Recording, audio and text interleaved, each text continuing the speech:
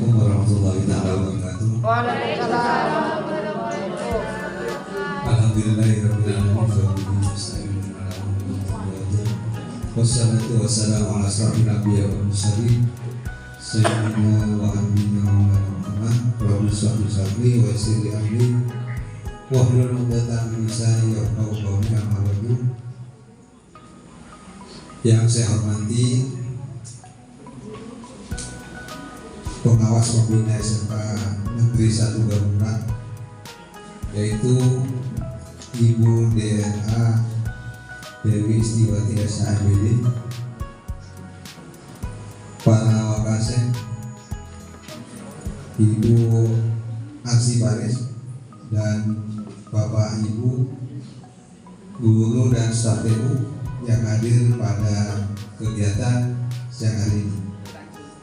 Salawat salam marilah kita panjatkan kepada Nabi besar kita Nabi Muhammad sallallahu alaihi wasallam. Bapak Ibu yang saya hormati, adapun kegiatan pada siang hari ini yaitu tentang sosialisasi implementasi disiplin positif untuk Merdeka Belajar.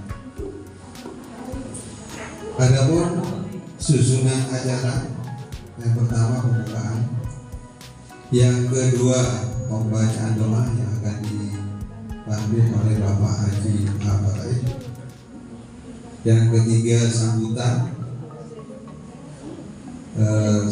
dari pengawas nanti, yang keempat pemaparan materi sosialisasi implementasi disiplin positif oleh Ibu Wakasih Kurikulum yaitu Lailatul Fitriah SPDGM.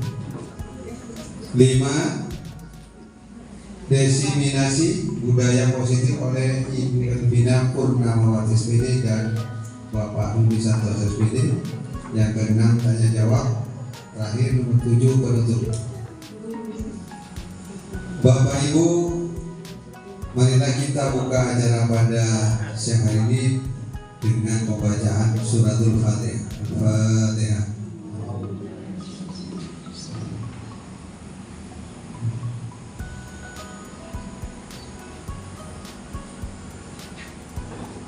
Terima kasih.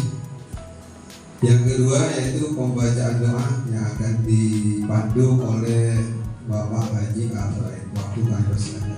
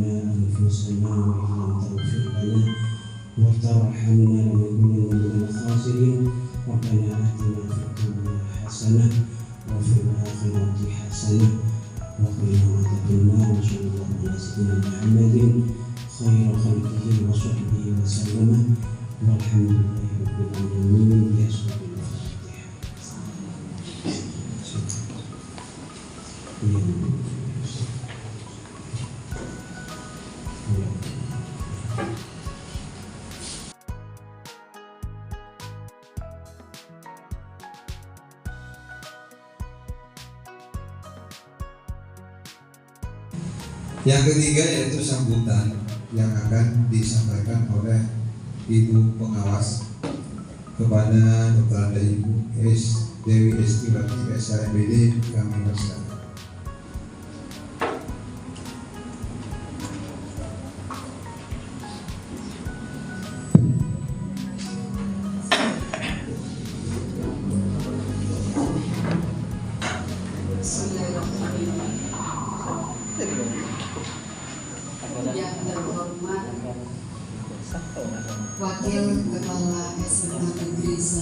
Gapura, mulai dari guru, mahasiswa, humas, yang saya hormati dan saya banggakan, Ibu Bapak Guru SMA Negeri 1 Sumeneb, Gapura SMA Negeri 1 Gapura, arsiparis beserta jajarannya. Assalamualaikum warahmatullahi wabarakatuh. Waalaikumsalam. Selamat siang, salam sejahtera untuk semuanya. Alhamdulillah, pada siang kali ini kita masih bisa berkumpul, masih diberi nikmat sehat, nikmat iman, nikmat kuat, dan nikmat melaksanakan tugas kita sebagai guru. Karena guru adalah pilihan kita. Jadi sekali lagi, nikmat-nikmat ini semoga kita dapatkan bukan hari ini saja, tetapi yang akan datang pun kita juga tidak terlepas dari nikmat yang selalu diberikan Allah Subhanahu wa Ta'ala. Ibu Bapak, pada kegiatan sosialisasi implementasi Disko untuk Merdeka Belajar SMA Negeri 1 Gapura yang seharusnya terlaksana minggu yang lalu, tetapi karena beberapa kegiatan yang cukup padat di sekolah ini sehingga bisa terlaksana pada hari ini. Dan semoga walaupun terlaksana di minggu ini tetap tidak mengurangi niat kemudian misi kita bersama untuk mencetak bintang tanpa kekerasan. Jadi sekali lagi, tugas ibu bapak semua adalah tetap mencetak bintang tanpa kekerasan.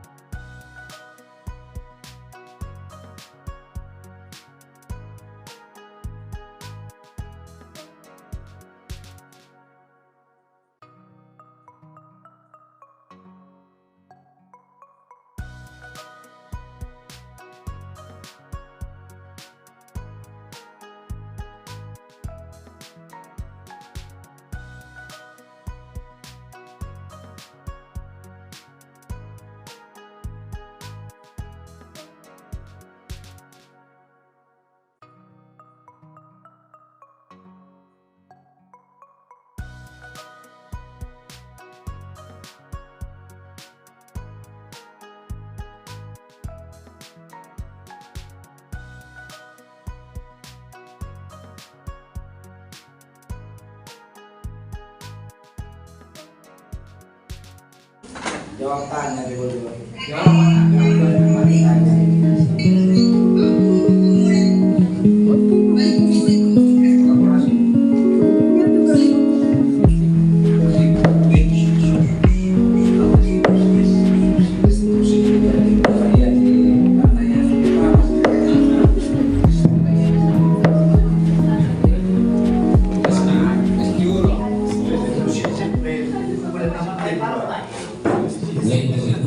Assalamualaikum warahmatullahi wabarakatuh. Waalaikumsalam warahmatullahi wabarakatuh. Untuk meningkat waktu, karena memang kami melaksanakan salah satu bisa dikatakan tugas atau karakter JGP guru penggerak, itu adalah kolaboratif.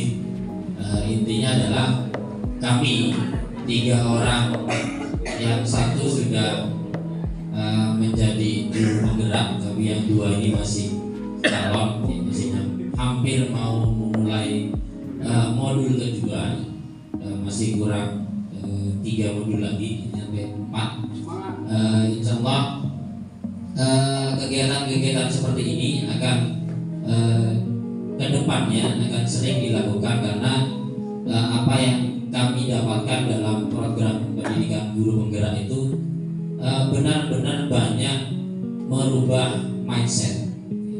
Jadi apa yang kami lakukan hari ini adalah mencoba untuk sharing mindset. Seperti yang dikatakan tadi bahwa seseorang itu tidak bisa mengontrol dan merubah seseorang atau merubah atau mengontrol orang lain. Kenapa? Karena kita punya bargaining sendiri, kita punya prinsip sendiri, sehingga ketika ada orang lain yang mengizinkan kita untuk mengontrol dirinya, maka kita wajib untuk menghormatinya. Jangan kemudian kita memanfaatkan izin itu untuk memanipulasi izin itu sendiri. Contoh misalnya seperti tadi dikatakan bahwa dalam teori kontrol itu ada beberapa hal kita selalu dihadapkan kepada ilusi bahwa kita bisa merubah murid, kita bisa mengontrol siswa misalnya. Itu sebenarnya adalah seperti penampakan air dalam sebuah fata morgana, di mana kita serasa mengontrol mereka, tapi kondisi yang sebenarnya adalah mereka mengizinkan guru mengontrol dirinya. Salah satu contoh kecil saja. Kalau guru menyuruh anak-anak untuk membeli sesuatu, mereka tanpa pikir dua kali, karena itu gurunya, dan mereka mengizinkan dirinya, maka mereka akan patuh kepada guru tersebut. Kalau semisal mereka kedudukan sejajar, siswa menyuruh siswa yang lain, belum tentu mereka akan mau disuruh dengan temannya. Nah, ini adalah hal-hal yang mungkin kita perlu pahami, bahwa tadi ada teori motivasi. Kenapa seseorang itu bertindak, berperilaku? Yang pertama adalah ya karena ada dua faktor eksternal atau ekstern. Yang pertama adalah yang mereka hanya menghindar agar tidak dapat hukuman dan terhindar dari rasa ketidaknyamanan. Kadang ada siswa kita di kelas dari awal sampai akhir dia diam saja. Guru di depan menjelaskan, dia diam. Ketika kita tanya, dia diam. Alasannya adalah itu tadi, saya rame dapat hukuman, saya mengganggu teman, membuat kelas gaduh, saya membuat rasa tidak nyaman, ya saya diam saja. Walaupun apa yang dijelaskan guru itu masuk tidak masuk ya sudah lain urusan.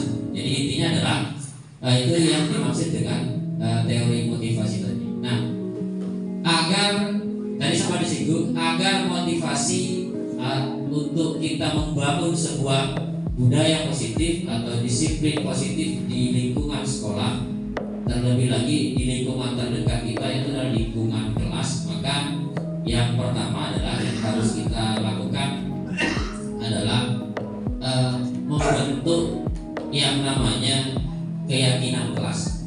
Jadi kalau di depan saya tampilkan bahwa yang namanya keyakinan kelas itu adalah aset nilai luhur positif yang dimiliki oleh seluruh warga sekolah. Disiplin positif secara holistik itu adalah tanggung jawab semua warga sekolah, mulai dari yang bernama guru, mulai dari yang bernama tenaga kependidikan, mulai dari yang bernama siswa, ataupun orang-orang yang memang menjadi warga sekolah. Tadi juga disinggung ada disiplin positif, ada disiplin negatif. Negatifnya di mana? Ya kita belajar itu adalah aset. Kadang siswa belajar sesuatu berupa positif dan negatif. Kita mencontohkan yang negatif, maka itu akan menjadi disiplin negatif. Contoh, ini saya contohkan kecil saja. Di sekolah kita ada larangan merokok.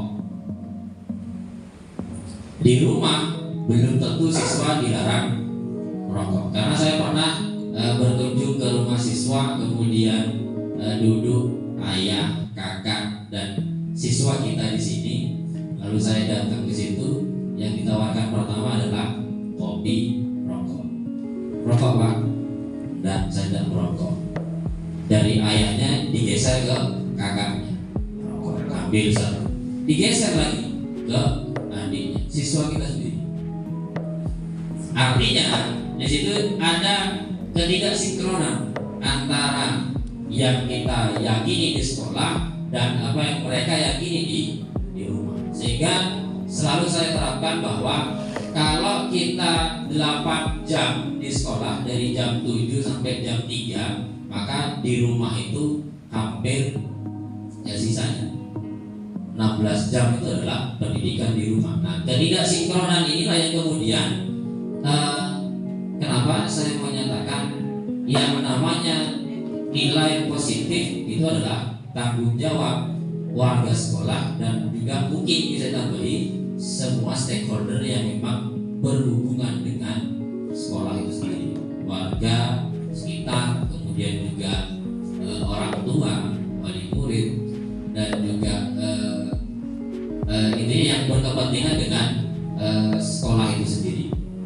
Nah, keyakinan kelas itu bagaimana? Yang pertama adalah kita sudah punya peraturan di sekolah yang memang tadi perlu direvisi, ya, karena memang kita harus menggunakan yang namanya bisa dikatakan yang kalimat-kalimat yang positif, ya. Dihindari memakai kata jangan, tidak boleh, ya. Lebih baik. Nah, makanya kita mungkin kemarin misalnya ada larangan misal datang terlambat, misalnya, guru itu sudah mulai harus merubah saran kepada anak. Kalau kami di CGP itu selalu dimotivasi kurangi kritik, perbanyak saran. Karena kalau kita mengkritik maka kita cenderung akan melihat salahnya orang. Tapi kalau saran, kita berusaha untuk dari aset itu, aset positif itu, salah itu adalah aset positif karena dengan salah anak itu belajar. Dari kecil kita naik sepeda itu tidak bisa langsung ngayuh 1-2 kali, kita mendirikan sepedanya saja kita sudah jatuh. Nah, kemudian kita dari jatuh itu kita belajar bagaimana caranya nanti mendirikan sepeda agar tidak lagi jatuh. Nah, jadi salah itu bukan hal yang buruk, bukan hal yang negatif, tapi itu adalah aset positif yang menjadi tantangan warga sekolah untuk kita perbaiki bersama.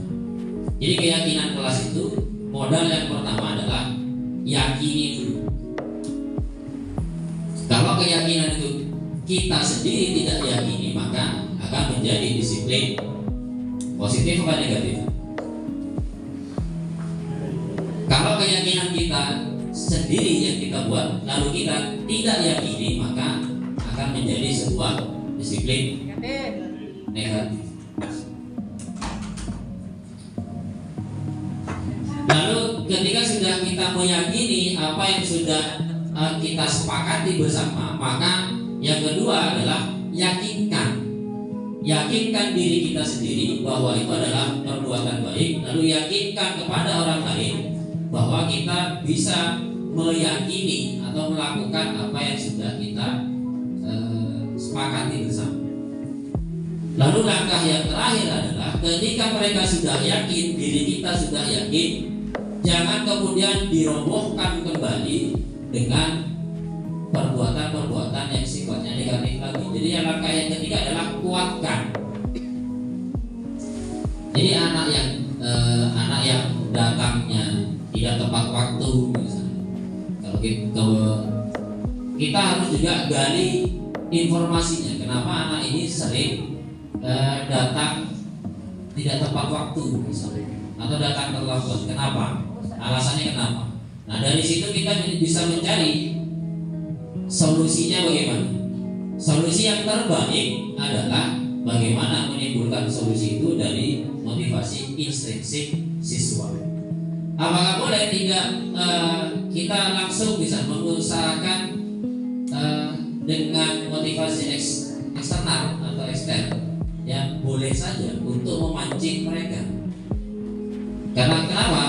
Kalau kita kemudian mengenalkan yang namanya disiplin positif ini, yang kita bayangkan terlebih dahulu adalah ya sempat banyak tadi terlontar, apa bisa kita sebut itu?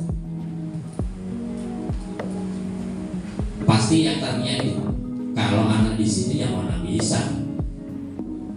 Nah ini yang kemudian menimbulkan disiplin negatif dalam diri kita sendiri. Kalau Bapak Ibu tidak yakin dengan diri sendiri, bagaimana meyakinkan orang lain? Jadi memang aset nilai luhur positif ini perlu kita kembangkan bersama. Jadi keyakinan kelas, insya Allah saya, Bu Elvina, mungkin juga Pak Kim, dan juga sekolah sebenarnya sudah membuat ini. Tergantung kemudian kita mau menjalankan atau tidak adalah kewajiban kita, bukan semau kita. Jadi intinya kalau kita memang sudah buat sebuah keyakinan, maka kita laksanakan dan kuatkan. Jadi yang selama ini yang ada dalam benak kita yang masih dua ini, yakini, yakinkan, belum kita kuatkan. Jadi ketika anak sudah alhamdulillah kemarin tingkat ketidakhadiran, tingkat keterlambatan itu turun, kemudian ada imbasnya yang lain, itu adalah sebuah progres di mana kita di proses yang kedua. Yakinkan dulu anak bahwa apa yang kita lakukan itu adalah bukan bentuk hukuman, tapi bentuk saran saja. Jadi kalau sekolah sudah tidak bisa memberi saran, guru sudah tidak bisa memberi saran, maka waktunya orang tua memberi saran. Makanya kita kemarin ada komunikasi dengan orang tua, sementara masih lewat tertulis itu tadi. Nah, yang selanjutnya dari keyakinan kelas itu kita kemudian bisa melakukan ini. Nanti mungkin setelah adanya 5 posisi kontrol ini, kita bisa berkaca pada diri kita sendiri. Kita itu berada di posisi yang mana?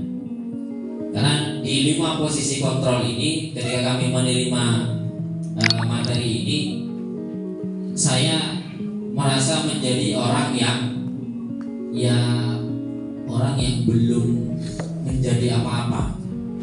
Banyak salahnya kepada siswa. Kenapa? Karena apa yang saya lakukan selama saya jadi guru itu ternyata kurang benar. Apa yang saya anggap benar selama ini, apa yang saya banggakan selama ini, yang saya lakukan kepada siswa, tidak ada apa-apanya. Malah saya banyak menjerumuskan siswa ke disiplin negatif tadi. Saya menjerumuskan siswa kepada jalan yang kurang benar. Oke. Nah, 5 posisi kontrol itu adalah bagaimana kita melihat diri, bagaimana kita merespon apa yang selama ini kita lakukan. Dalam disiplin positif yang diharapkan adalah minimal kita menjadi guru yang berada di posisi kontrol pemantau. Kenapa pemantau? Karena kalau pemantau ini adalah yang lebih ditekankan adalah konsekuensi. Seperti tadi ada punishment, ada hukuman, kemudian ada consequences, ada konsekuensi, di tengahnya ada reward tadi itu penghargaan, yang terakhir adalah restitusi. Nah, untuk yang restitusi yang diminta atau yang diinginkan itu adalah ada di kontrol manager. Nah, bagaimana nanti kita berkaca pada diri kita sendiri, kita mungkin coba melihat sekilas video yang di depan ini.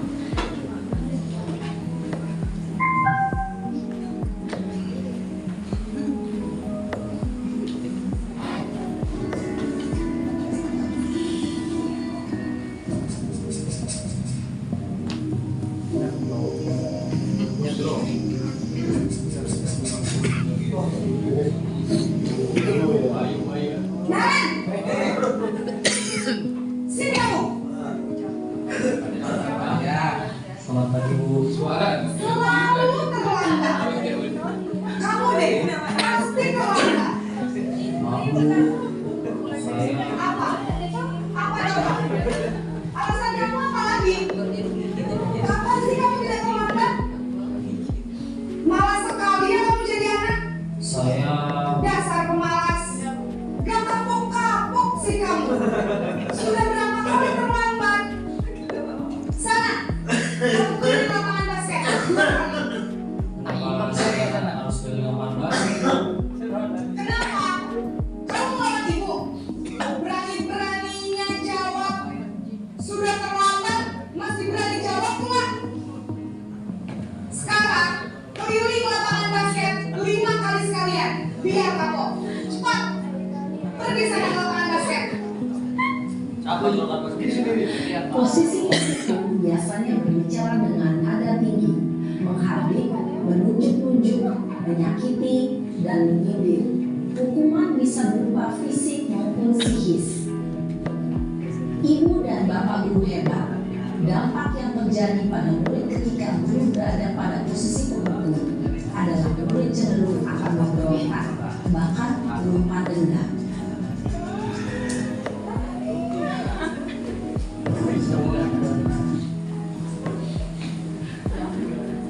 Baik, Bapak Ibu, mungkin kasus nyata yang ada di posisi penghukum ini adalah beberapa tahun kemarin kita ada kasus di Sampang, kalau tidak salah, guru kesenian yang kecewanya adalah sampai dia terbunuh karena kalau tidak salah ya intinya karena ada konflik dengan siswanya. Ya. Nah ini adalah salah satu contoh saja. Artinya apa? Mungkin siswa kita tidak sampai se-ekstrim itu, tapi banyak. Saya sendiri pun itu juga jadi korban yang seperti itu. Sampai sekarang pun nama gurunya, wajahnya saya ingat. Ketika ketemu orangnya, hari ini saya ada seperti itu. Bayangkan saya kelas 3 SMA itu 2005, sekarang sampai 2023 dendamnya masih ada. Ya, itu mau menyebut orang semasa. Ya, jadi intinya adalah dampak psikisnya besar, entah itu verbal, apalagi fisik. Ketika orang tersentuh psikisnya, memang dampak jangka panjangnya itu sangat berbahaya. Atau malah kita masuk ke daerah yang namanya bullying tadi. Kalau kita sampai membawa-bawa fisik dan lain-lain, intinya kita sudah melanggar kode etik yang dimiliki oleh guru. Intinya adalah menghukum itu hanya berlaku jangka pendek saja. Bapak Ibu mungkin pernah mengalami ketika si A itu jalan di koridor saja dengan sepatunya yang tak-tok gitu, siswa itu nyingkir dengan sendiri tanpa sepatah kata pun keluar dari lisannya. Ya. Tapi bayangkan kalau ada guru baru jalan di situ di koridor yang sama dengan kondisi yang sama, anak-anak itu malah ya ribut dengan sendirinya, tidak ada efek. Ya. Artinya apa? Dikontrol penghukum itu hanya berlaku sementara dan pada person yang itu saja. Ketika mengumpulkan anak-anak di lapangan upacara misalnya, meski guru yang tidak disegani anak ngitung sampai 1000 udah akan ngumpul-ngumpul.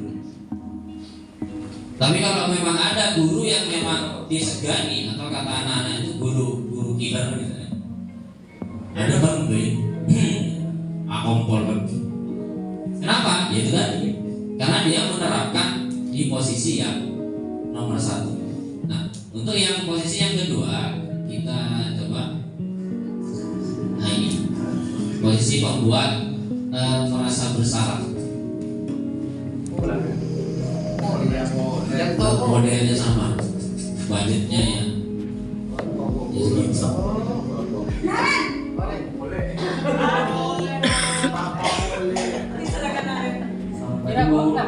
Naren, kamu kenapa terlambat lagi, nak?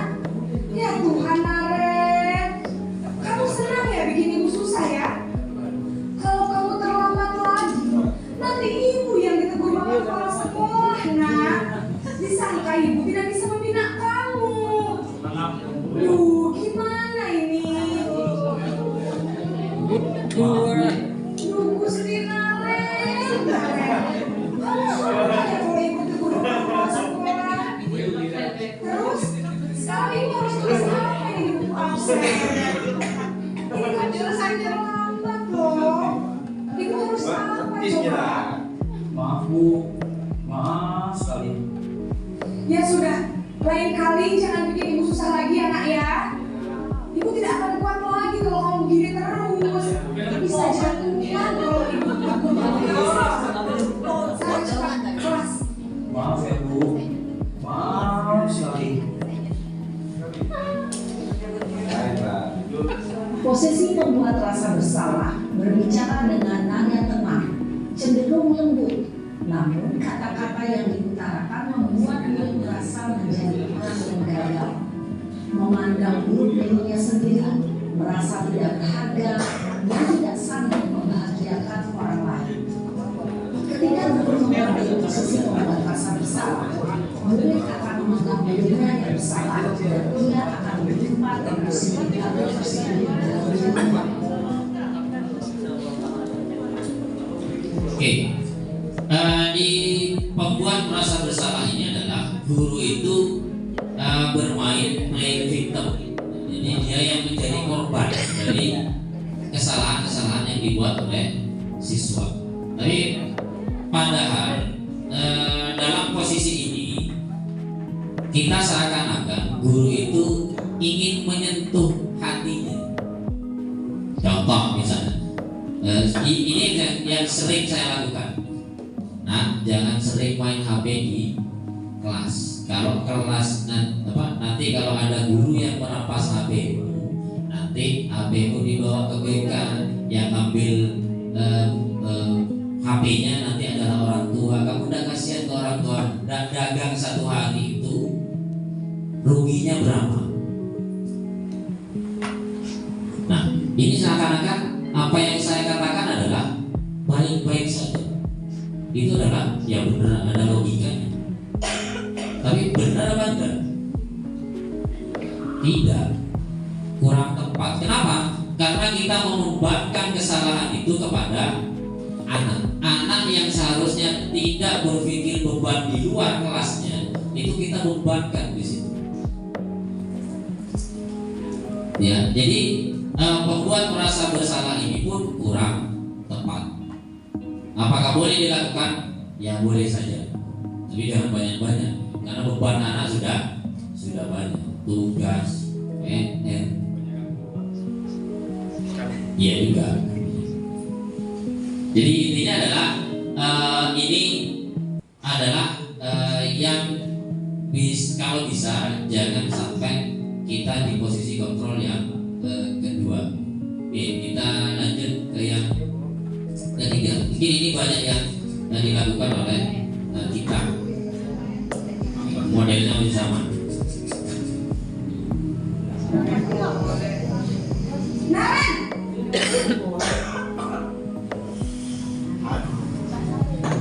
Selamat pagi Bu.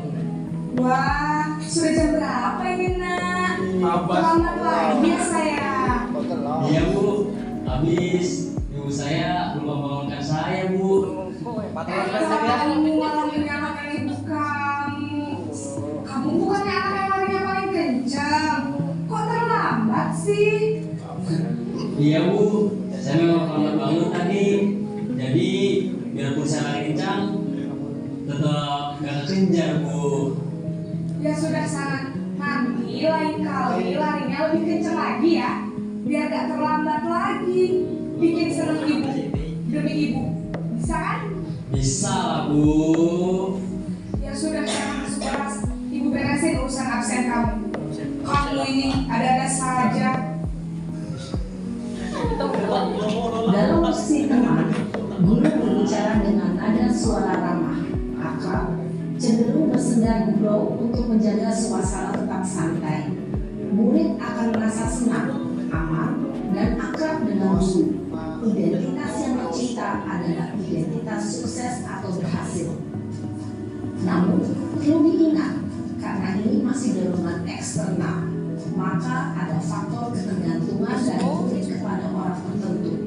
Di sini guru aksennya, sehingga di lain waktu murid bisa berperilaku baik, namun hanya kepada orang-orang tertentu saja.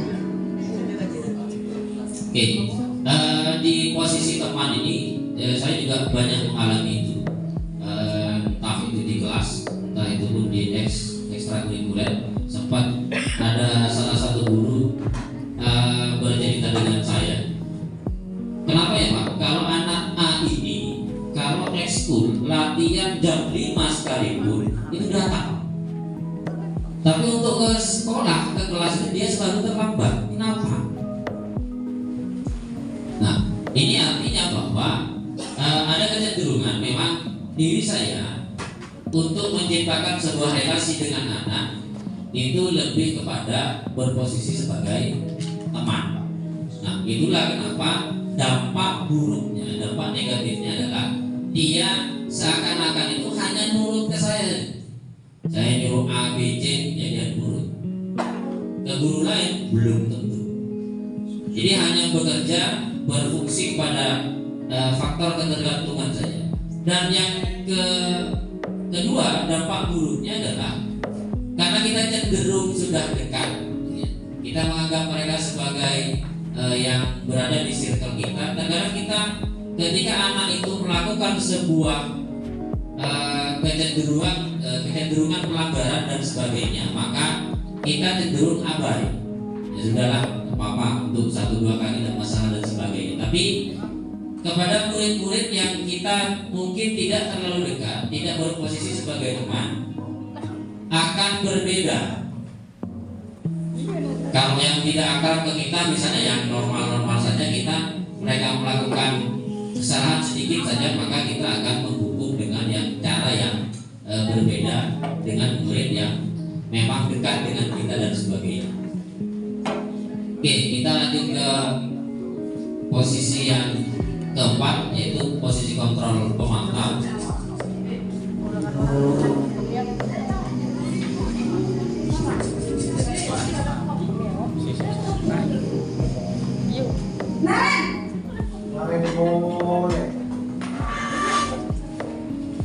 Selamat pagi Bu. Naren, apa peraturan sekolah kita tentang jam berapa kita harus masuk sekolah, kan? Kita harus di sekolah jam 7 Bu. Iya betul, sekarang sudah jam 7.20. Naren sudah tahu konsekuensinya jika terlambat hadir. Paham Bu. Saya harus tinggal kelas pas jam istirahat selama 20 menit. Iya benar, konsekuensinya demikian. Jadi nanti jam 9.30 pas istirahat, kamu harus tinggal di kelas, kerjakan tugas tambahan untuk ketertinggalan kamu, ya? Baik Bu. Posisi pemantau mengandalkan penghitungan atau data untuk mengontrol murid. Guru mengarahkan murid berdasarkan peraturan dan konsekuensi. Seorang pemantau menunjukkan bahasa tubuh dan ekspresi wajah yang datar dan cenderung formal. Nah, di posisi pemantau ini ada beberapa syarat. Yang pertama adalah kita harus punya data anak yang memang punya permasalahan tertentu, atau paling tidak kita memang mengetahui anak ini punya permasalahan apa. Jadi harus ada datanya. Yang kedua, kita harus punya pemahaman tentang aturan dan konsekuensi dari aturan itu sendiri. Misalnya, karena di posisi pemantau ini adalah yang ditekankan adalah mereka selalu berkiblat kepada aturan dan konsekuensinya, sehingga antara guru satu yang lain itu kita harus paham bahwa peraturannya apa, konsekuensinya apa. Nah, dari situ baru kita bisa berada pada garis atau kontrol pemantau. Dan diharapkan dalam penciptaan disiplin positif itu minimal kita berada pada posisi kontrol pemantau. Kenapa? Karena di sini kita netral. Kita hanya menegakkan aturan yang ada di sekolah. Jadi tidak ada ekses negatif, tidak ada sebuah kesan negatif yang ditimbulkan. Kenapa? Karena dampak dari pelanggaran yang dilakukan oleh siswa itu sudah tercatat dengan jelas dan sudah termaktub dalam aturan yang dimiliki oleh sekolah, sehingga yang melaksanakan itu juga dalam berada pada posisi yang netral, aman. Jadi karena ada pelanggaran terhadap aturan, maka di situ ada konsekuensinya. Nah, seperti yang dicobakan tadi bahwa terlambat misalnya ada konsekuensinya.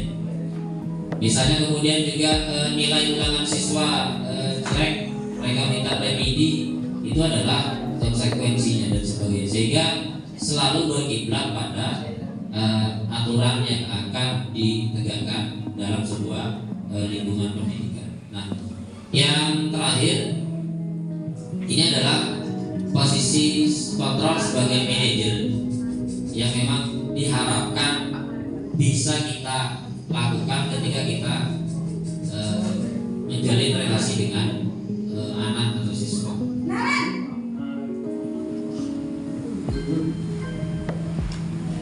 Selamat pagi Bu. Selamat pagi Naren. Maaf Bu, saya terlambat. Iya, sekolah masuknya jam 7, sekarang sudah jam 7.20. Jadi sekarang bagaimana ini Naren? Maaf Bu, saya lupa setel alarm saya semalam. Baiklah, menurut kamu, keyakinan sekolah yang mana yang akan kamu meningkatkan? Menghargai diri sendiri dan orang lain mungkin ya Bu. Setuju. Jadi, apakah Naren meyakini prinsip saling menghormati tersebut? Iya Bu, saya meyakininya. Apakah Naren bersedia memperbaiki masalah keterlambatan ini? Bersedia Bu. Bagaimana kamu akan memperbaiki masalah keterlambatan ini? Saya akan coba untuk tidak lupa menyetel alarm saya Bu. Baik, kalau Naren lupa menyetel alarm di rumah, ada orang yang kira-kira bisa bantu mengingatkan tidak? Ada Bu. Kata saya, Kak Emma. Ada lagi selain Kak Emma? Selain Kak Emma, ada ibu saya. Baik, jadi yang mengingatkan Naren adalah Kak Emma dan ibu kamu ya? Kira-kira akan mulai set alarm kapan nih Naren? Setelah pulang sekolah, akan segera saya lakukan. Baik, jadi Naren akan setel alarm untuk bangun besok pagi dan akan diingatkan oleh kakak dan ibunda Naren ya. Ada lagi yang mungkin perlu dilakukan Naren agar tidak terlambat bangun lagi? Tidak ada Bu. Baik Naren, terima kasih untuk kerjasama kamu. Sekarang kamu perlu kembali ke kelas untuk belajar. Baik Bu, terima kasih. Posisi manajer adalah posisi kontrol yang disarankan untuk membimbing murid memiliki sikap disiplin yang positif, yaitu murid yang mandiri, bertanggung jawab, dan dapat memecahkan masalah. Tujuan dari posisi ini adalah agar murid dapat berefleksi atas tindakannya. Guru akan dengan tulus memberikan pertanyaan-pertanyaan bermakna, sehingga membuat murid dapat belajar dari kesalahannya dan mencari sebuah solusi untuk menyelesaikannya.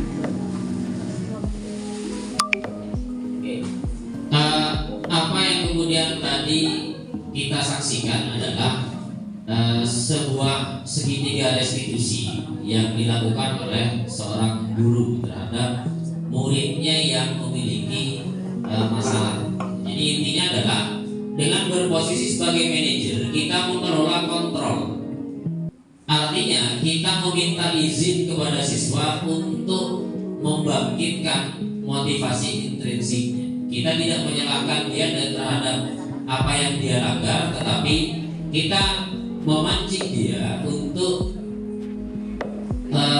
sekilas tentang keyakinan yang sudah ditentukan sebelumnya. Makanya kita perlu susun, kita perlu membuat sebuah keyakinan dulu untuk bisa melaksanakan yang namanya disiplin positif. Kenapa? Karena kita harus ada dasarnya di situ. entah itu secara pribadi di kelas kita sendiri atau secara lingkup yang lebih besar adalah dengan menciptakan keyakinan sekolah. Nah, dari apa yang ditayangkan tadi, guru itu tidak menyalahkan siswa yang di tahap kontrol manajerial. Kenapa? Karena guru di sini paham bahwa masalah itu adalah aset positif yang bisa menjadi feedback kepada anak untuk belajar dari kesalahannya sendiri.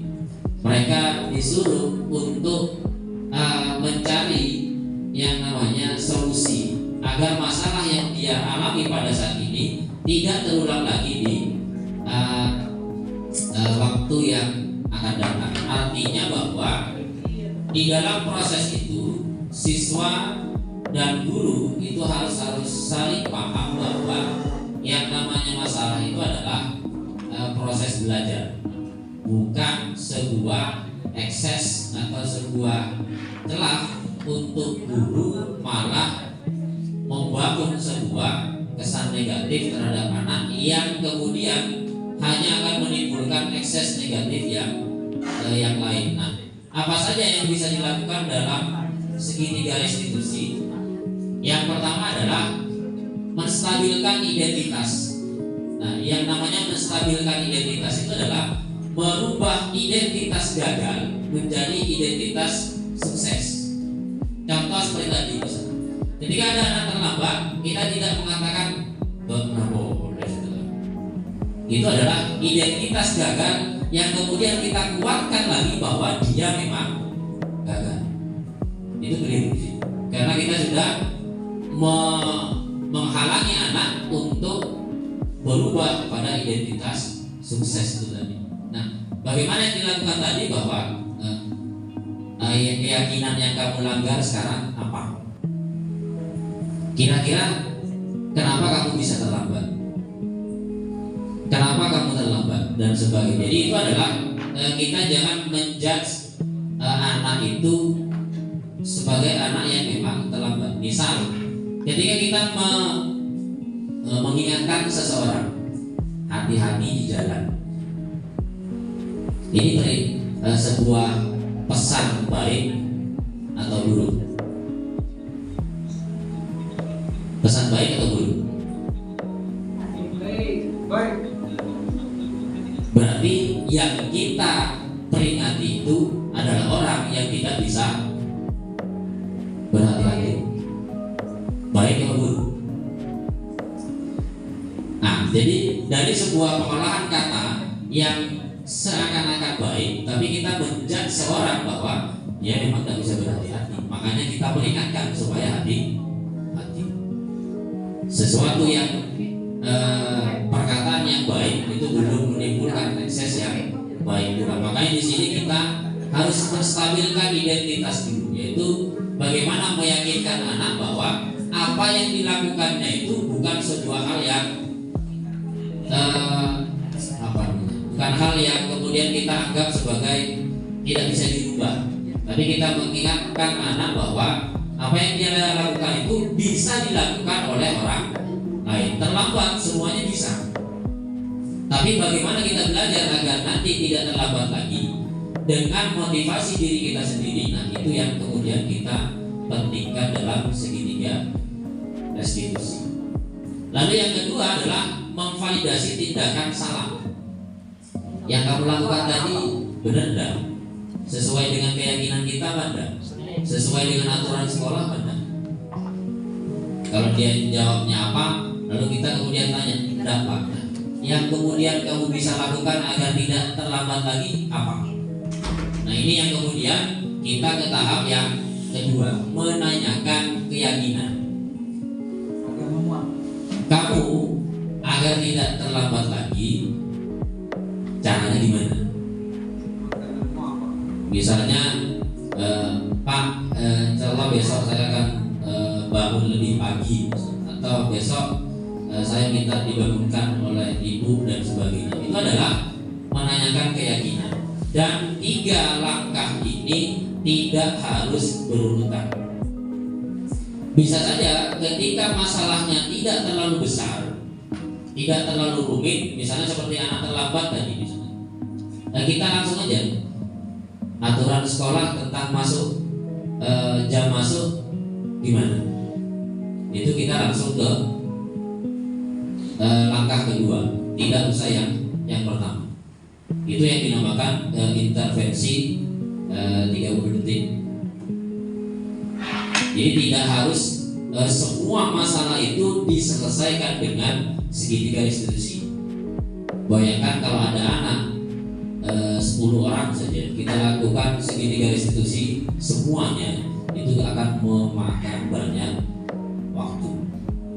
Jadi segitiga institusi adalah langkah terakhir bagaimana cara nanti kita membimbing anak. Jadi paling tidak kita berada di posisi pengontrol atau memantau, kemudian kita juga di posisi sebagai manajer. Nah, diharapkan dengan adanya beberapa langkah-langkah tadi kita bisa membentuk karakter anak itu secara holistik berdasarkan motivasi intrinsik dari siswa itu sendiri. Jadi kita tidak bisa mengontrol orang lain, kita tidak bisa merubah pola hidup orang lain. Yang bisa merubah dan mengontrol adalah dirinya sendiri. Bagaimana caranya? Itu tadi, kita membangkitkan, kita membangun motivasi intrinsik anak berdasarkan pancingan keyakinan kelas yang kita buat. Kemarin saya ketika membuat keyakinan kelas itu ada anak yang nyeletuk, siswa harus punya alat tulis sendiri-sendiri. Nah, alasannya kenapa dia membuat keyakinan kelas seperti itu, karena alat tulisnya sering hilang diambil anak yang lain. Nah, ini keyakinan yang harus diyakini oleh anak yang lain, sehingga ini akan mengurangi akses negatif yang kemudian menjadi keyakinan kelas, sehingga satu keyakinan yang diyakini oleh orang banyak, maka ini yang akan menjadi sebuah kebiasaan. Kebiasaan inilah yang kemudian kalau kita rutin lakukan, maka akan menjadi budaya.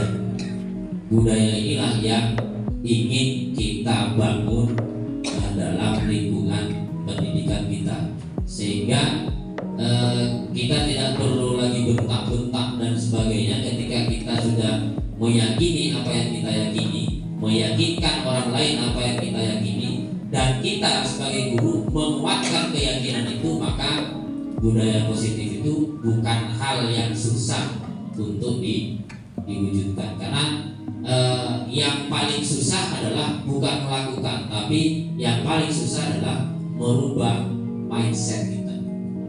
Yang paling kecil harus kita lakukan adalah anak kita bisa melakukan seperti apa yang kita inginkan. Harus kita tanamkan itu.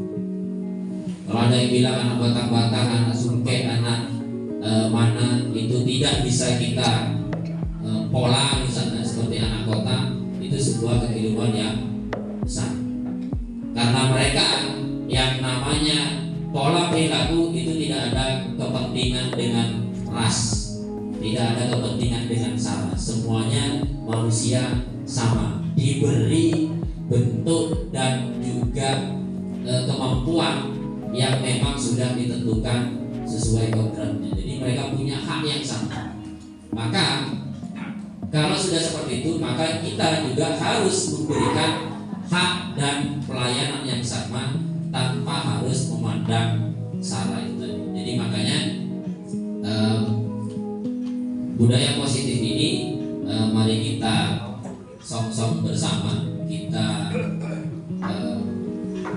intinya kita wujudkan bersama, karena tanpa ada sumbangsi ide, peran dan juga aturan yang memang dihormati oleh seluruh warga sekolah dan juga seluruh stakeholder yang ada, maka yang budaya positif itu akan hanya tinggal jadi budaya saja, hanya akan menjadi hal-hal yang tergantung di dinding, yang ditancapkan di dinding hanya berupa tulisan saja tanpa ada makna sama sekali. Jadi makanya yang bisa kita lakukan adalah memulai dari diri sendiri, memulai dari lingkungan yang terdekat dengan kita, yaitu kelas. Ketika kita mengajar, mari kita mulai membuat keyakinan kelas dengan siswa-siswi kita, minimal di mata pelajaran kita, karena banyak yang belum kita ketahui dari siswa, belum banyak yang kita tahu apa maunya siswa. Nah, ini adalah sebuah kesempatan bagaimana kita membuat relasi dan juga bagaimana kita membuat relationship yang baik dengan siswa, sehingga jaringan-jaringan relasi ini yang kemudian akan membentuk sebuah budaya positif. Mungkin sekian dari saya. Nanti kita lanjutkan dengan diskusi dan sebagainya. Terima kasih. Assalamualaikum warahmatullahi wabarakatuh.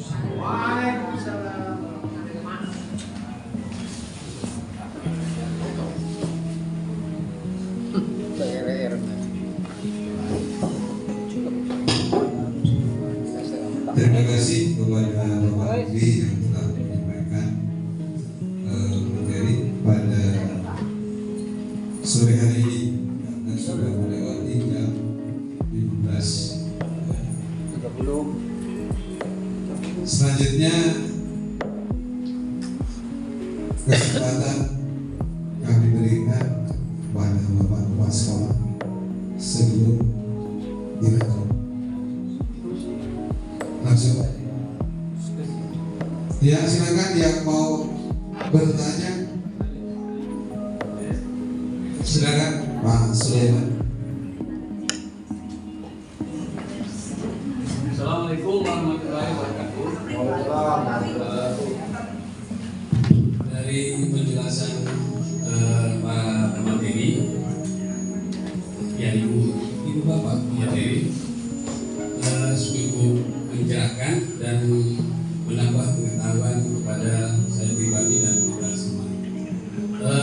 Ini hanya sharing saja berdasarkan pengalaman. Mungkin materi-materi teori tadi dari beberapa materi hampir sama, yaitu merubah mindset untuk mendisiplinkan anak, yaitu bicara tentang disiplin positif, disiplin kedua dan positif dan negatif, di mana cara-cara lama itu dianggap disiplin negatif, sedangkan materi-materi itu masuk kepada disiplin positif. Tapi begini, sebenarnya saya pribadi mungkin tidak 100% atau seluruhnya sudah mulai mempraktekkan cara-cara membina anak, mendisiplinkan anak dengan apa yang dipaparkan oleh materi tadi.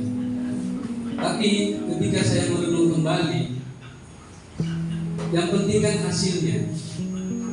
Cara itu saya lakukan, tapi hasilnya nol. Anak berbeda dengan yang saya harapkan.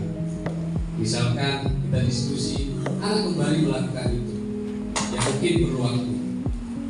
Tapi juga saya berpikir akhirnya, mungkin cara ini tidak sepenuhnya benar, karena berdasarkan pengalaman dan kita kenyataan, saya pribadi bahkan umur sudah 40 tahun, berarti sudah melewati banyak juga. Ketika saya sekolah dulu, mulai dari mengaji, sekolah dasar, SMP sampai SMA, hal-hal yang dipaparkan di depan yang dimaksud dengan disiplin negatif, membentak, menghukum, itu saya alami. Mungkin yang lebih senior juga mengalami. Tetapi itu bisa merubah saya. Kan pada muaranya kan karakter. Saya dipaksa untuk bangun pagi untuk ngaji. Selain dipaksa ngaji, juga suruh ngambil air. Nah, hukuman kita salah yoko, ya kan? Tapi itu membekas. Saya tidak dendam seperti yang dipaparkan tadi, terutama kepada guru ngaji saya, guru SD saya, guru SMP saya. Kalau guru SMA saya dendam, ada dendam, jujur. Saya pikir-pikir, mengapa itu berbeda? Padahal caranya tidak elok lah, apalagi dikaitkan dengan materi tadi, semuanya salah. Saya berpikir apa? Mereka ikhlas. mereka memberikan contoh seperti foto di depan yang kayaknya dari bahasa, yaitu tauladan. Dia maksa meniru begini, tapi guru itu melakukan itu. Percuma kita diskusi kalau kita tidak melakukan itu, ya kan? Nah, contohnya waktu SMA, ya tidak saya sebutkan namanya. Guru saya menghukum saya, tapi orangnya tidak disiplin. Nilai saya ulangan saya tinggi, tugas saya tinggi, saya dikasih rendah. Akhirnya apa? Timbul dendam. Ya saya jujur, saya dendam kepada guru yang bersangkutan. Siapa itu? Sedangkan guru saya yang menghukum saya waktu SMP matematika, namanya Pak Mutalom dari Surabaya, salah mengerjakan lewat tulis, maka mengerjakan. Kalau sekarang kan diapresiasi siswa mengerjakan. Walaupun salah, itu termasuk bagus. Tetapi saya salah mengerjakan penggaris tangan saya, Pak. Penggarisnya kayak gitu. Barokah tapi barokah, Pak. Bukan saya menyalahkan tadi ya, cuma mungkin ada yang kurang dari itu. Kesempurnaannya adalah tauladan. Seperti Tuturi Anda ya. Memberikan kita ya, memberikan tauladan. Tuturi Anda ya. Terima kasih. Mungkin pertanyaannya mungkin ada trik lain yang sudah mungkin tidak sempurna yang dipaparkan. Saya melakukan cara-cara itu juga. Saya juga masih melakukan cara-cara yang lama ya, karena tadi itu mungkin frustasi, tidak berhasil, akhirnya melakukan cara-cara yang lama. Juga di keluarga saya punya anak kebetulan walaupun umur 40 tahun, ada yang SMA sudah anak saya dan anak yang SD TK. Anak saya yang pertama itu dididik oleh ibunya dengan cara-cara itu. Nah, tetapi dia akhirnya kalau dia terlambat nangis karena dia terbiasa tidak terlambat. Sedangkan anak saya yang TK ini karena saya beri kebebasan tidak tahu masuk. Dan dia capek. Nah, karena saya diskusi kan, kenapa kamu capek? Kan kemarin sudah sekolah ya. Masa sekolah lagi? Tapi itu ya salah juga. Saya begitu. Jadi ada plus minusnya. Kalau saya pribadi tergantung kepada kita sendiri. Cara apapun kembali kepada diri sendiri, terutama tauladan tadi. Sebabnya saya yakini guru-guru lama kita yang kita anggap agak kurang tepat dalam mendidik itu, kalau katanya para kiai lebih barokah kita tauladan tadi. Terima kasih. Assalamualaikum warahmatullahi wabarakatuh. Waalaikumsalam.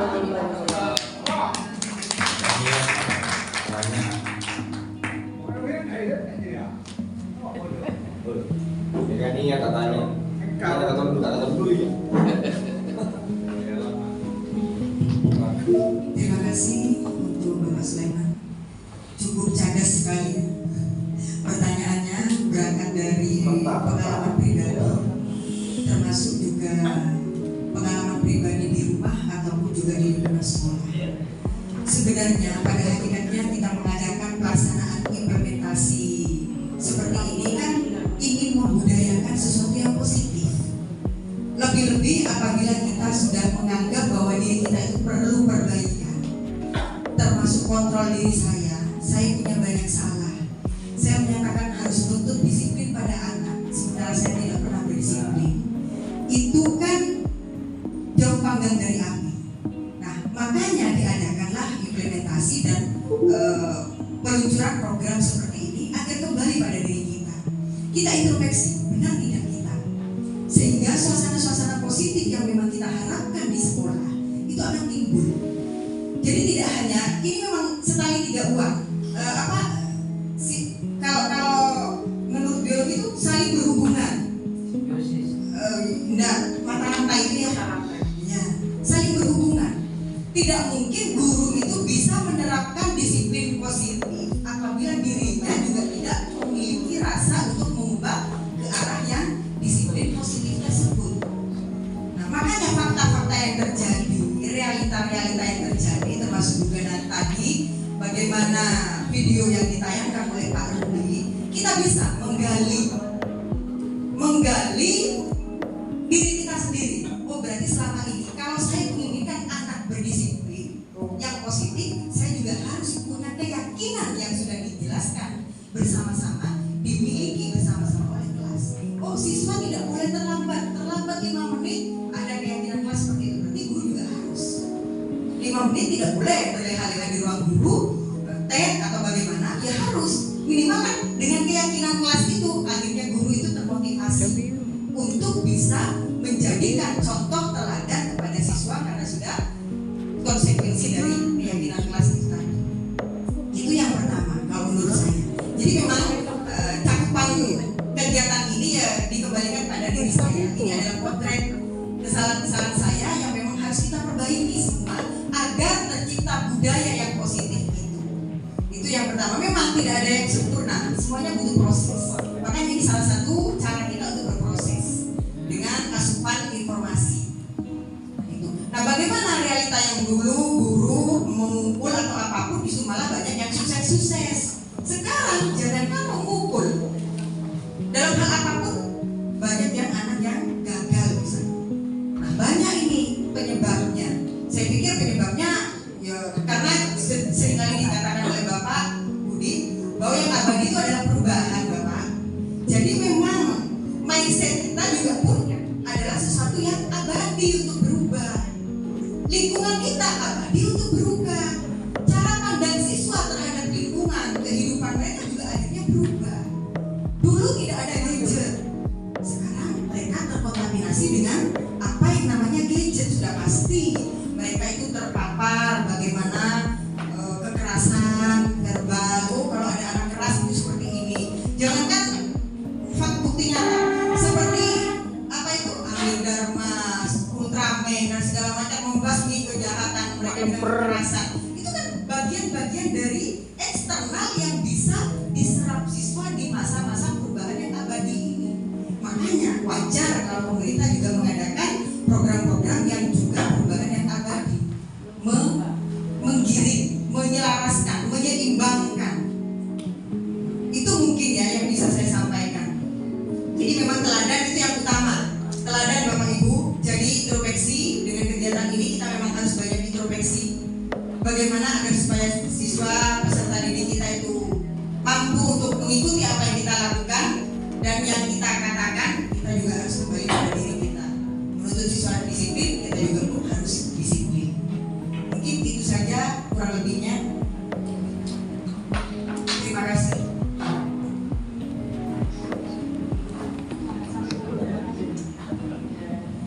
Kita hanya sekedar menambahi apa yang dipaparkan oleh kolom di depan ini mungkin bisa membantu sedikit untuk menjawab. Jadi hukuman, kemudian juga posisi kontrol sebagai teman, posisi kontrol sebagai membuat rasa bersalah, itu sebenarnya bukan masalah tidak boleh ataupun jangan dilakukan.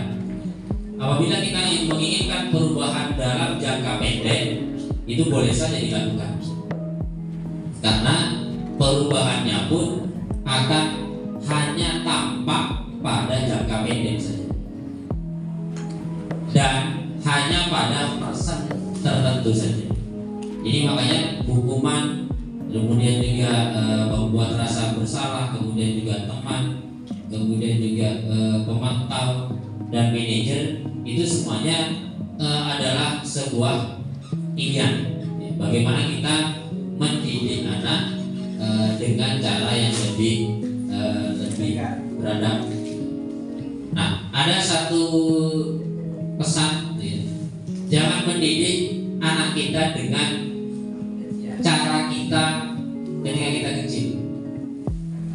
Jangan mendidik anak tidak sesuai dengan zamannya. Itulah kenapa Ki Hajar Dewantara itu menitipkan didiklah anak sesuai dengan kodrat alam dan kodrat zamannya. Zaman kita dulu dengan zaman kita sekarang beda. Dulu guru pegang sapu, pegang manjilor, penggaris, macam-macam itu ya ada masalah. Manjilor yang dimakan.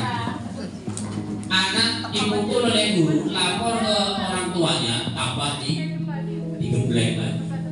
Sekarang kasus misalnya kemarin itu ada guru mencubit anak yang dia tidak sholat zuhur. Orang tuanya tidak terima. 5 tahun penjara. Tindakannya benar, mengingatkan, tujuannya baik, nyuruh dia sholat. Tapi kenapa perlakuan dulu dengan sekarang sama, tapi akibatnya beda? Karena memang bukan zamannya lagi. Jadi kita tinggal sekarang melihat pengaruh jangka panjang dan jangka pendek. Kalau kita memang hanya butuh tujuan jangka pendek saja, ya boleh saja kita menghukum, tapi sesuai dengan kode etik yang sudah ditentukan, sesuai dengan perundang-undangan yang mengatur pada zamannya itu. Nah, makanya kita output memang, tapi tidak semuanya yang diperlakukan seperti itu memiliki hasil yang sama. Ada anak rajin ngaji karena dia sering diberi peringatan dengan pukulan dan sebagainya. Ada yang rajin, ada mana yang tidak ngaji. Artinya apa? Hukuman itu tergantung mental anak. Kalau mentalnya kuat dan dia muncul motivasi intrinsiknya dari rangsangan motivasi eksternal tadi, maka hasilnya akan positif. Dia akan kuat mental, dia akan berhasil mental. Kalau mentalnya rendah, dipukul sekali, ada motivasi eksternal di situ, motivasi intrinsiknya malah tertekan di situ, eksesnya adalah negatif. Makanya hukuman itu kalau kita bilang baik, ya baik bagi yang hasilnya baik. Tapi tidak sedikit juga yang hasilnya buruk. Makanya kita ketika dimarahi oleh guru, dimarahi oleh intinya karena kesalahan kita sendiri, tergantung anaknya. Anaknya sadar tidak dengan kesalahan itu, motivasi intrinsiknya. Makanya di situ kita ingin paham dengan cara-cara manajerial untuk paham anak ini melakukan kesalahan karena apa, sehingga sebuah rasa negatif tidak ditanggapi dengan negatif. Makanya yang disampaikan budaya tadi, ketika kita dalam kondisi yang tidak stabil, itu jangan berhadapan dengan anak, karena bisa saja apa yang menjadi kondisi eksternal dan internal kita akan berpengaruh pada keputusan dan tindakan yang kita ambil. Kita banyak masalah di rumah, ketemu anak, kan dari masalah yang kecil bisa jadi tambah besar. Di kerajaan tadi. Kenapa? Karena faktor dari kita dan sebagainya. Nah, makanya di situ ini hanya sebuah saran. Jadi yang namanya saran kita sampaikan, kita memang menginginkan bahwa apa yang sudah kami terima, kami deskripsikan, kami sampaikan, nanti ini menjadi bahan pertimbangan bagi kita untuk membudayakan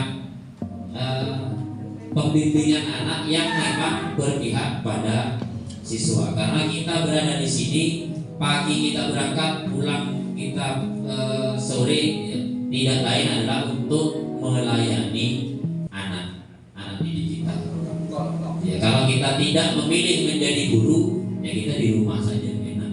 Ngapain urusan orang? Urusan kita sendiri. Nah, karena kita sudah memilih sebagai profesi guru, maka kita punya kewajiban untuk melayani anak itu sendiri. Bagaimana caranya? Yaitu tadi kita sampaikan bahwa ada 5 pilihan.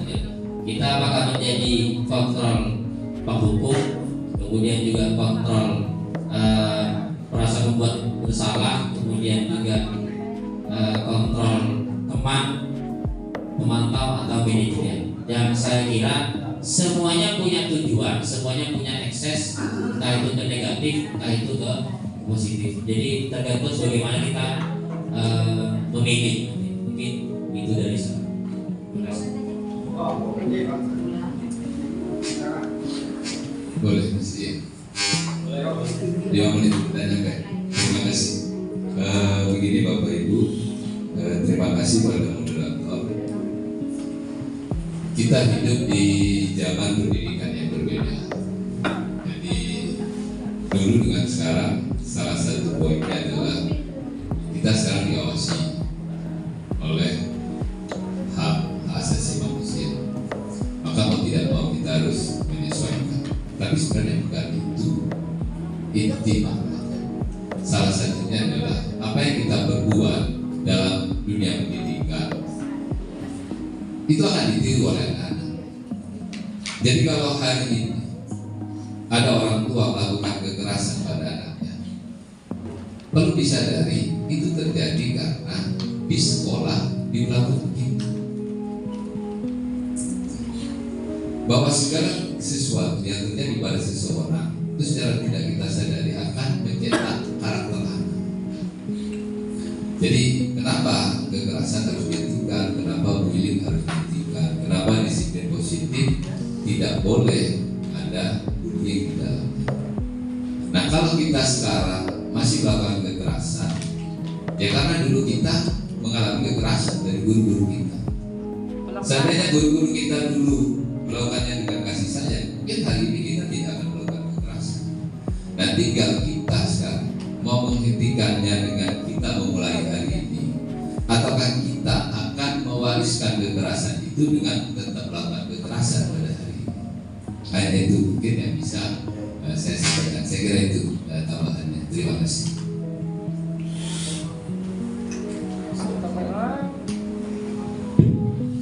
Terima kasih kepada Bapak Suminto. Mungkin yang lain? Sama?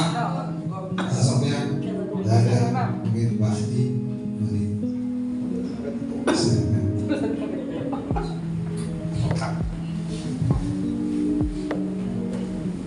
Assalamualaikum warahmatullahi wabarakatuh. Waalaikumsalam warahmatullahi wabarakatuh. Yang saya hormati Ibu Pengurus Pembina SMA Negeri 1 Taruna. Yang saya hormati Bapak Ibu Wakasek, Kepala Perpus, Kepala Lab.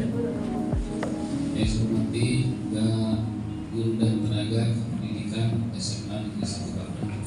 Alhamdulillah Bapak Ibu, kita pada sore ini bisa menyelenggarakan sesuatu yang mudah-mudahan nanti akan sangat bermanfaat bila terbentuk kepada Bapak Ibu semua yang menggunakannya. Jadi apa-apa yang kita lakukan di sini akan bermanfaat apabila Bapak Ibu melaksanakan. Apabila tidak dilaksanakan, dia tidak ada manfaatnya. Salam serta salam kita aturkan kepada junjungan kita Sri Baginda Nabi Muhammad SAW. Bapak Ibu yang saya hormati, dari kegiatan ini Bapak Ibu ada beberapa hal yang bisa saya tangkap. Yang pertama Bapak Ibu, bahwa sekolah itu adalah tempat kita membangun peradaban di masa yang akan datang. Kita akan membentuk pemimpin-pemimpin. Nah, membangun peradaban berarti Bapak Ibu kita membentuk sebagaimana yang menjadi tujuan profil pelajar Pancasila, manusia yang beradab, ya, manusia yang beradab, bukan yang biadab. Karena masing-masing dari diri kita ini adalah para pemimpin yang nanti akan menjadi pemimpin, memimpin diri sendiri dan sebagainya. Maka dengan membangun peradaban inilah diharapkan lahir-lahir pemimpin-pemimpin yang sama seperti mirip seperti Rasulullah, tidak seperti Abu Jahal dan Abu Lahab yang tidak beradab tetapi biadab, yang juga lahir pemimpin-pemimpin seperti Nabi Musa, bukan seperti Fir'aun. Ya, jadi harapannya ke sana. Kemudian yang kedua, bahwa pemimpin-pemimpin anak-anak kita ini perlu contoh dari kita. Disiplin positif itu dari kita. Mari kita contohkan kepada mereka bagaimana melaksanakan disiplin-disiplin positif tadi yang dicontohkan. Disiplin positif ini pada dasarnya juga adalah membangun peradaban dan adalah proses memanusiakan manusia. Kita semua adalah memang anak-anak terlahir dari manusia, tetapi manusia yang beradab, bukan yang dijajah. Mungkin itulah Bapak Ibu, mari kita tingkatkan kecerdasan anak-anak didik kita dalam hal kecerdasan spiritualnya sebagai dasar dari kecerdasan yang lain.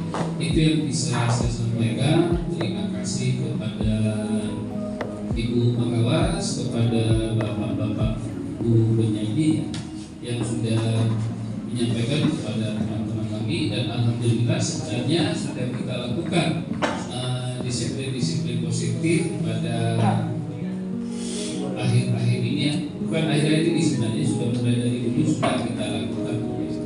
Oke, itu yang bisa saya sampaikan. Apabila ada kata-kata saya kurang berkenan, saya mohon maaf. Assalamualaikum warahmatullahi wabarakatuh.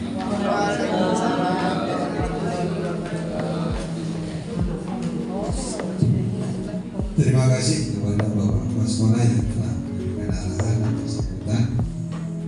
Mungkin ini yang bisa dilaksanakan karena waktunya sudah saya kira cukup. Saya selaku pembawa kurang lebih mohon maaf. Wabillahi taufiq wal hidayah. Wassalamualaikum warahmatullahi wabarakatuh. Mari kita tutup dengan pembacaan hamdalah. Allahumma shalli ala sayyidina Muhammad.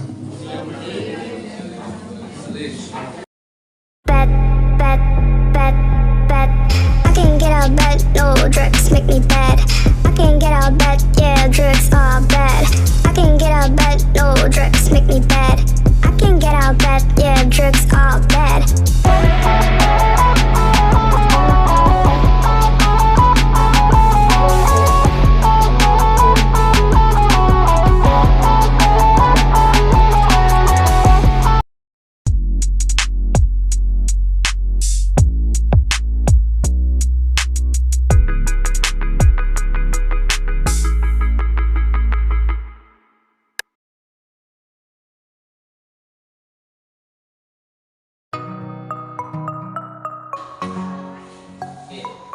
Assalamualaikum warahmatullahi wabarakatuh.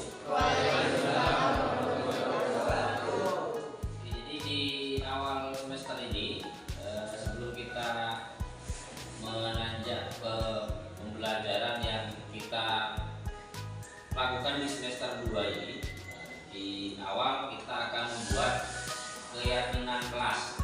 Jadi secara mudahnya, keyakinan kelas itu adalah aturan atau keyakinan yang kalian buat sendiri, yang harus kalian teguhkan keyakinan itu dalam tiap perilaku dan juga ucapan kalian tiap harinya, sehingga nanti diharapkan muncul kesadaran diri, sehingga nanti kalian bisa membentuk budaya-budaya positif dari keyakinan itu sendiri. Ya. Tuliskan dalam notes ini, lalu kalian tempelkan di depan. Yang kita buat ini dulu, tugas guru, dan guru tidak boleh melakukan apa di dalam kelas, ya. Oke. Jadi nanti yang boleh dilakukan guru itu atau tugas guru kalian beri warna hijau ini.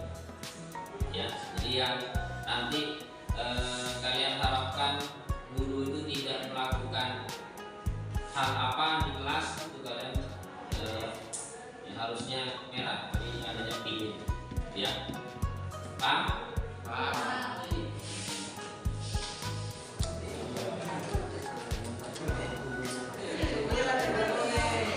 Oh, yang semua guru yang ada di kelas guru harus tepat waktu masuk ruang kelas. Guru tidak boleh terlambat masuk ruang kelas.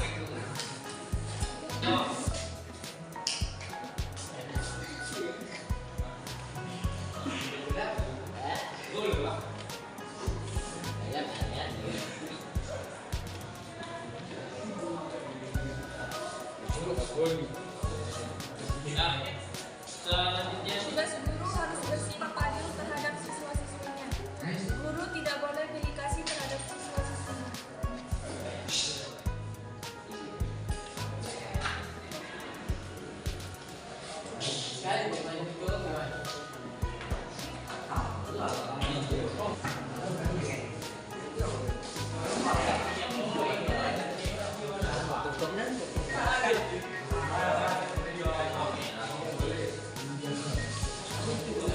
Oke, jadi ini adalah keyakinan kelas yang kalian sudah buat, baik untuk guru ataupun untuk diri kalian sendiri. Nah, saya harap nanti keyakinan kelas ini tidak hanya berlangsung di kertas ini saja, tapi juga berlangsung di keseharian kalian sampai nanti kalian benar-benar bisa membentuk karakter dengan kesadaran kalian sendiri.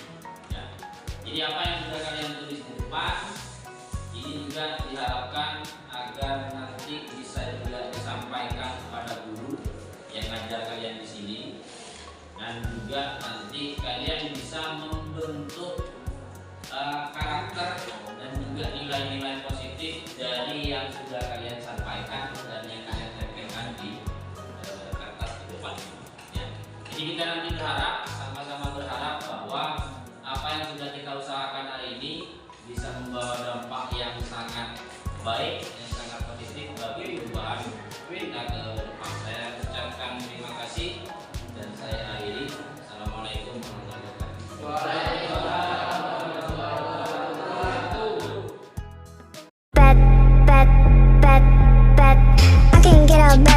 Drugs make me bad. I can't get out of bed, yeah, drugs are bad.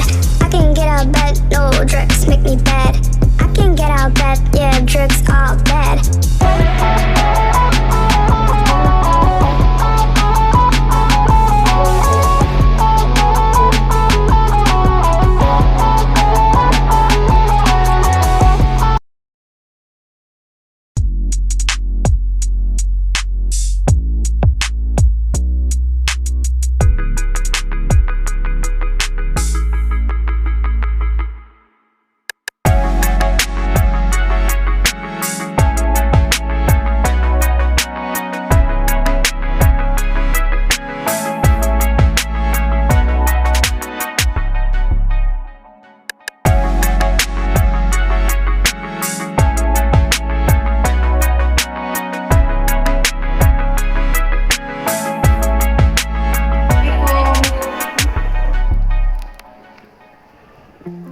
Pak, Bapak memanggil kami.